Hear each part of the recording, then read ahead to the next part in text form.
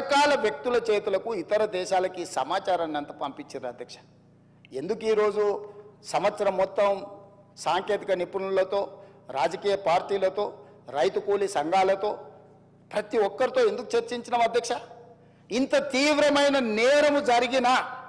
నేరం జరగడానికి అవకాశం కలిగించిన ధరణి, చంద్రశేఖరరావు, తారక రామారావు గారి విషయంలో ప్రభుత్వం స్పష్టమైన విధానంతో ముందుకు వెళ్ళాలని మా రెవెన్యూ శాఖ మంత్రి గారు కొన్ని వందల మీటింగులు పెట్టిండు అధ్యక్ష. ఇది ఆషామాషిగా ఈ చట్టం ఈరోజు సభ ముందుకు రాలేదు అధ్యక్ష.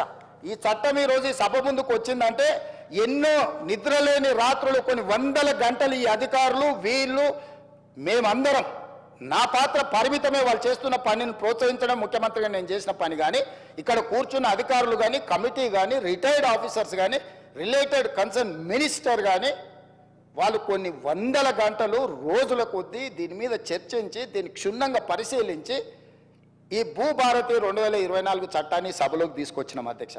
ఈ సభలోకి తెచ్చి దీని పట్ల ఒక మంచి చర్చ జరగడం ద్వారా సంపూర్ణమైన విశ్వాసాన్ని ఇవ్వాలి. మేము వచ్చిన తర్వాత వాళ్ళ కాంట్రాక్టు పూర్తి చేసి ఎన్ఐసికి బదిలీ చేసినాం అధ్యక్ష. నిన్నమననే వాళ్ళకి టెండర్ అగ్రిమెంట్ ఉండి బదిలీ చేయని పరిస్థితుల్లో నాకు తెలిసి ఒక నెల అయినట్టు కేంద్ర ప్రభుత్వానికి సంబంధించిన సంస్థకు ఈ సమాచారాన్ని బదిలీ చేసి ఇవాళ సంస్థ టెరాసిస్ అనే సంస్థ గాదే శ్రీధర్ రాజు ఎన్ఐసికి సహకరిస్తలేడు.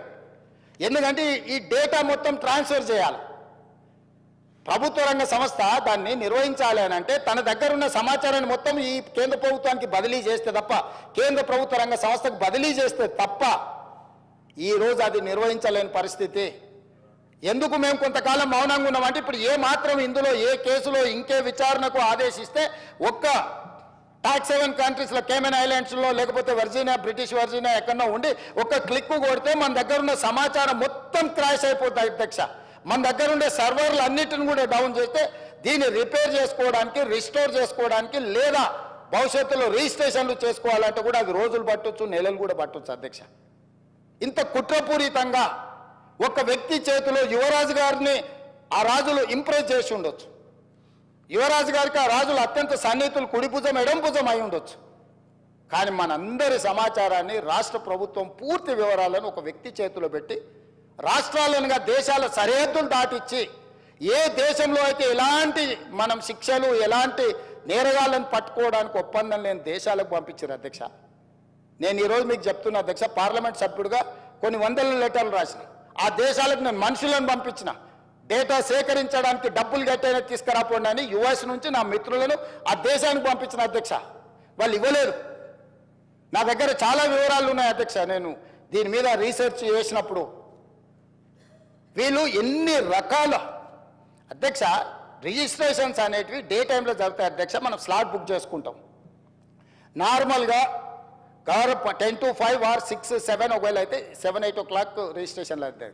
రాత్రి 9 గంటల నుంచి ఉదయం 6 గంటల వరకు కూడా రిజిస్ట్రేషన్లు జరిగిన డాక్యుమెంట్లు ఉన్నాయి అధ్యక్ష. అర్ధరాత్రి పూట ఏ ప్రభుత్వ అధికారి డాక్యుమెంట్లు రిజిస్ట్రేషన్ చేసిండు? అర్ధరాత్రి డాక్యుమెంట్లు రిజిస్ట్రేషన్ చేసే వ్యవస్థ మన రాష్ట్రంలో ఉందా? ఏ చట్టం ప్రకారం అర్ధరాత్రి పూట్ల డాక్యుమెంట్లు ఎగ్జిక్యూట్ అయినాయో ఇవాళ మనం విచారణ చేయాల్సిన అవసరం లేదా అధ్యక్ష? ఎందుకు ఈరోజు వాళ్ళు అక్కడ నించోని, ఎందుకు ఈరోజు చర్చ జరగకుండా భూభారతి 2024 మీద చర్చనే జరగొద్దు, ససే మీద ముఖ్యమంత్రి గారు ఒకవేళ మాట్లాడితే ఈ బండారం బయటపడుతుంది, ఎట్లయినా అడ్డుకోవాలి అని ఎన్ని రకాల ప్రయత్నాలు చేసినారు మీరు చూసిరు కదా అధ్యక్ష. అధ్యక్ష, ధరణి వెబ్సైట్ వచ్చిన తర్వాత కొన్ని డాక్యుమెంట్లు నేను చెప్పదలుచుకున్నా అధ్యక్ష. మిత్రుడు మహేష్ రెడ్డి గారు కూడా ఉన్నారు, వారు కూడా వినాలి.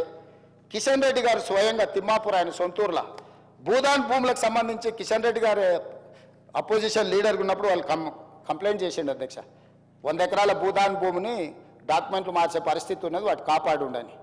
ఈరోజు కేంద్ర మంత్రి అధ్యక్ష కిషన్ రెడ్డి గారు, గతంలో హోంశాఖ మంత్రి అధ్యక్ష, ఆ కిషన్ రెడ్డి గారు ఫిర్యాదు చేసిన భూములను కూడా, భూదాన్ భూములను, కందుకూరు మండలం తిమ్మాపూర్ గ్రామం, కిషన్ రెడ్డి కేంద్ర హోంశాఖ మంత్రిగా ఉన్నప్పుడే ప్రైవేట్ వ్యక్తుల పేర్ల మీద, ప్రైవేటు భూముల పేరు మీద భూదాన్ భూములను మార్చి భూములను అమ్మేసి దాని వెనకాల ఉన్నది ఎవరో తేలాలి అధ్యక్ష. నేను వచ్చిన తర్వాత ఎఫ్ఐఆర్ చేయించిన అధ్యక్ష.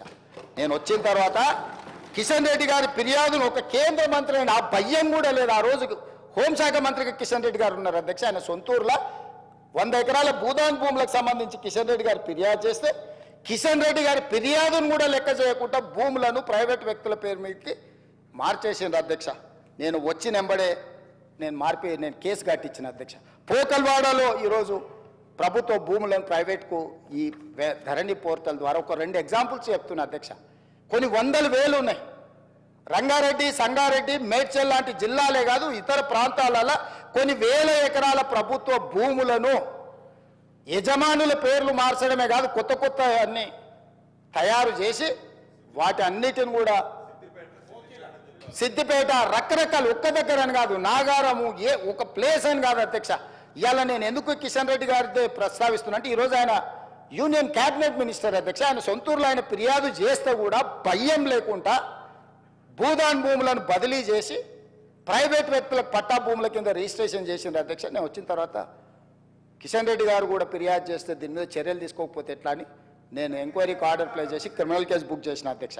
ఇట్లా ప్రతి దగ్గర ఒక్కొక్కటి కాదు అధ్యక్ష. పోకల్వాడలో కానీ ఇతర ప్రాంతాలలో కానీ చాలా ప్లేసులు, చాలా ఎఫ్ఐఆర్లు, కొన్ని మా గన్నంగూడ విలేజ్ కానీ ఇవి నేను వచ్చిన తర్వాత కొన్ని నా దృష్టికి వచ్చిన వాటిని ఈరోజు నేను ఈ క్రిమినల్ కేసులు ప్రభుత్వ భూములను ప్రైవేట్ అయితే ఇప్పుడు ఈ వెబ్సైట్ ఓనర్కి ఎంత స్వేచ్ఛ ఉందంటే ఏడైనా కూర్చోవచ్చు, ఎప్పుడైనా ఏం కావాలన్నా ధరణి పోర్టల్కి వెళ్ళిపోయి మహేశ్వర్ రెడ్డి గారి పేరు మీద ఉన్న భూమిని శంకర్ గారి పేరు మీదకి మార్చవచ్చు, శంకర్ గారి పేరు మీద ఉన్న భూమి రేవంత్ రెడ్డి పేరు మీదకి మార్చవచ్చు, 30 ఎకరాలు ఉన్న భూమిని 3 ఎకరాలు చేయొచ్చు, 3 ఎకరాలు ఉన్న భూమిని 3 గుంటలు చేయొచ్చు. ఏం కావాలన్నా స్వైర విహారం చేసే అధికారం వాళ్ళకిచ్చి ఆ ప్రైవేట్ ఏజెన్సీలకు ఇచ్చి ఇవాళ పూర్తిగా రాష్ట్రంలో ఉండే భూమి అంటేనే భయపడేటట్టు, భూమి అంటేనే మాకు ఉంటుందో ఉండదో అనే అభద్రతా భావనలకు నెట్టేసే ధరణి చట్టాన్ని తీసుకొచ్చి ఈరోజు మొత్తం లోపభూయిష్టంగా వీటిని తయారు చేస్తే గత సంవత్సరం నుంచి చాలాసార్లు చాలామంది మమ్మల్ని అన్నారు, ఇంకెప్పుడు తెస్తారా మీరు కొత్త చట్టం తెస్తారా అధ్యక్ష. అవగాహన చేసుకోవడానికి కూడా సమయం కావాలి అధ్యక్ష. ఇవాళ ఇంత కీలకమైన ఇంత ప్రతిష్టాత్మకమైన భూభారతి 2024 చట్టం సభలోకి వచ్చినప్పుడు ప్రధాన ప్రతిపక్షం బాధ్యత ఏంది అధ్యక్ష? ధరణి నిజంగా అద్భుతమే అయితే భూభారతి లోపభూయిష్టమో రాజకీయ కారణాల చేత వెళ్ళి ప్రభుత్వం ప్రవేశపెడితే మమ్మల్ని అడగాలి, మమ్మల్ని కడగాలి, మమ్మల్ని అన్ని రకాలుగా నిలదీయాలి కదా అధ్యక్ష. ప్రతిపక్ష నాయకుడు వారు సభలోకి రావాలి కదా. ఎందుకంటే మా అందరికంటే వారికి ఉద్యమకారుడికి ఎక్కువ అవగాహన ఉంది. 80,000 పుస్తకాలు చదివినాను వారు పదే చెప్పినప్పుడు ఆ 80,000 పుస్తకాల యొక్క సారాంశాన్ని రంగరించి వారి మెదడును కూడా కరిగించి వారు సృష్టించిన అద్భుతం అమృతం ఆ ధరణి గురించి వారు వచ్చి లేదా వాళ్ళ పార్టీ తరఫున సంపూర్ణంగా మాట్లాడుంటే బాగుండేది కదా అధ్యక్ష. అది ఈ మాట్లాడితే ఈ భూభారతి మీద చర్చ జరిగితే వాళ్ళ భూభాగవతం బయటపడుతుంది, వాళ్ళ బండారం బయటపడుతుంది. మళ్ళీ ఇంకొక కొత్త విచారణలను కేసులను ఎదుర్కొని జైలుకు వెళ్లాల్సి వస్తుంది. కాబట్టి ఎట్టి పరిస్థితుల్లో ఇది చర్చ జరగొద్దని ఒక తొండి పంచాయతీ తీసుకొచ్చి పెట్టారు అధ్యక్ష. బీఎస్సీ జరిగింది, బిజినెస్ అడ్వైజరీ కమిటీ మీటింగ్ తమరి నాయకత్వంలో జరిగింది. మేము అందరం కూడా వచ్చినాం. గంటల కొద్దీ మాట్లాడినాం. ఆ రోజు 9 అంశాలతో కూడుకున్న రిప్రజెంటేషన్ వాళ్ళు తీసుకొచ్చి మీకు ఇచ్చింది అధ్యక్ష. ఈ అంశాల మీద మేము చర్చించాలనుకుంటున్నాం, వీటిని తీసుకెళ్ళండి. 9లో ఈ ఫార్ములా కార్ రేసింగ్ గురించి అడిగినరా అధ్యక్ష? ప్రస్తావన తీసుకొచ్చిరా? పోని వాళ్ళు ఈరోజు ఏం వాదన తెస్తారు? ఎఫ్ఐఆర్ 2 రోజుల కింద అయింది కాబట్టి మాకు ముందు తెలియదు అధ్యక్ష. 2023 డిసెంబర్ నుంచి డిసెంబర్ 7 తారీఖు మా ప్రభుత్వం ఏర్పాటు చేసి నేను బాధ్యత తీసుకున్న రోజు 3-4 రోజుల తర్వాత ఆ ఎఫ్ఈఓ సంబంధించిన ప్రతినిధి నా దగ్గరకు వచ్చి గతంలో మేము కేటీఆర్తో ఈ రకమైన ఒప్పందాలు చేసుకున్నాం, మాకు లావాదేవీలు ఉన్నాయి, మాకు వ్యవహారం ఉంది, దీన్ని కొనసాగించాలని నా దగ్గరకు వచ్చిన అధ్యక్ష. ఇప్పటి దగ్గర అక్కడ ఫోటో ప్రదర్శిస్తూ అఫీషియల్గా చీఫ్ మినిస్టర్గా నేను అపాయింట్మెంట్ ఇచ్చిన అధ్యక్ష. ఏ సంస్థ అయినా ఏ వ్యక్తి అయినా ఈ రాష్ట్రంలో పెట్టుబడులు పెట్టుంటే ఈ రాష్ట్రంలో ఏదైనా అంశం ప్రస్తావించదలుచుకుంటే ఫ్రీగా ప్రజలకు ప్రజా దర్బార్ నిర్వహించిన అధ్యక్ష. ధూల్పేటలో గుడంబ అమ్ముకునేటోడు కావచ్చు, లేదా ఇంకెక్కడైనా ఏదైనా నేరంలో ఇరుక్కున్న ఆరోపణలు ఎదుర్కొంటున్నాడు కావచ్చు, ముఖ్యమంత్రి నా దగ్గర వచ్చి చెప్పుకునే స్వేచ్ఛ ఇచ్చిన అధ్యక్ష. అతను ఎదుర్కొంటున్నది నిజమైన ఆరోపణనేనా, నిజమా కాదా, వాస్తవమా అవాస్తవమా, ఎవరు వచ్చినా చెప్పుకునే స్వేచ్ఛ నేను. నా ఇంటి దగ్గర రోజు వందలాది మంది నేను కలుస్తా అధ్యక్ష. ప్రతిరోజు సెక్రటేరియట్లో మీకు తెలుసు 4 గంటల నుంచి 8 కానీ 9 కానీ ఎన్ని వందల మంది వచ్చినా ప్రతి ఒక్కరిని కలుస్తా, ప్రతి ఒక్కరితో ఫోటో దిగుతా. ఈ ఎఫ్ఈఓ సంస్థకు సంబంధించిన ప్రతినిధి ఈ కార్ రేస్లకు సంబంధించి చర్చించాలంటే నేను అపాయింట్మెంట్ ఇవ్వకుంటే ఎందుకుంటా అధ్యక్ష? ఏముంది అధ్యక్ష? నేను దిగిన ఫోటో అధ్యక్ష, ఆ ఫోటో నేనే దిగిన. వాళ్ళని పిలిచినా నేను, వాళ్ళు వచ్చి కలుస్తామంటే రమ్మన్నా, వచ్చి కలిచారు. కలిసిన తర్వాత ఈ విషయం ప్రస్తావించారు. ఈ విషయం ప్రస్తావిస్తే నేను అడిగిన మాకేం సంబంధమయ్యా? మాకేం సంబంధం దీంట్లో? ప్రభుత్వం ఎందుకు డబ్బులు ఇస్తుందని? లేదు సార్, కేటీఆర్ మేము చీకట్లో మాట్లాడుకున్నాం, అదంతా సెట్ అయిపోయింది సార్, జర్ర మీరు ఊ అంటే వేసేసుకొని వెళ్ళిపోతాం సార్, ఒక 600 కోట్లు జర ఊ అని రా సార్ అని వచ్చారు.